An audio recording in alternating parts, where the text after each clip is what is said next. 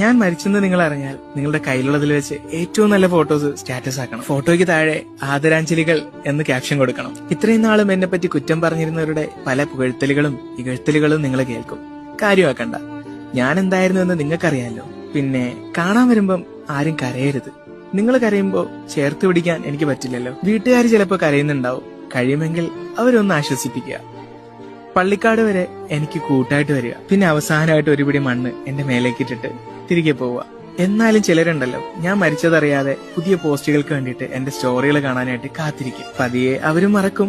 എല്ലാം കുറഞ്ഞ് പേജ് നിശ്ചലവുമാകും. 24 മണിക്കൂറിന് ശേഷം നിങ്ങളുടെ സ്റ്റാറ്റസുകളിൽ നിന്ന് ഞാൻ മാഞ്ഞു പോകും. ഗ്രൂപ്പുകളെല്ലാം ആദരാഞ്ജലികൾ കൊണ്ട് നിറയും.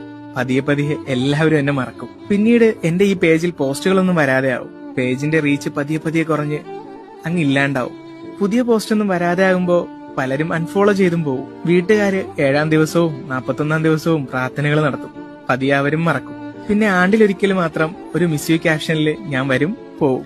പിന്നെ പിന്നെ അതും ഇല്ലാതാവും.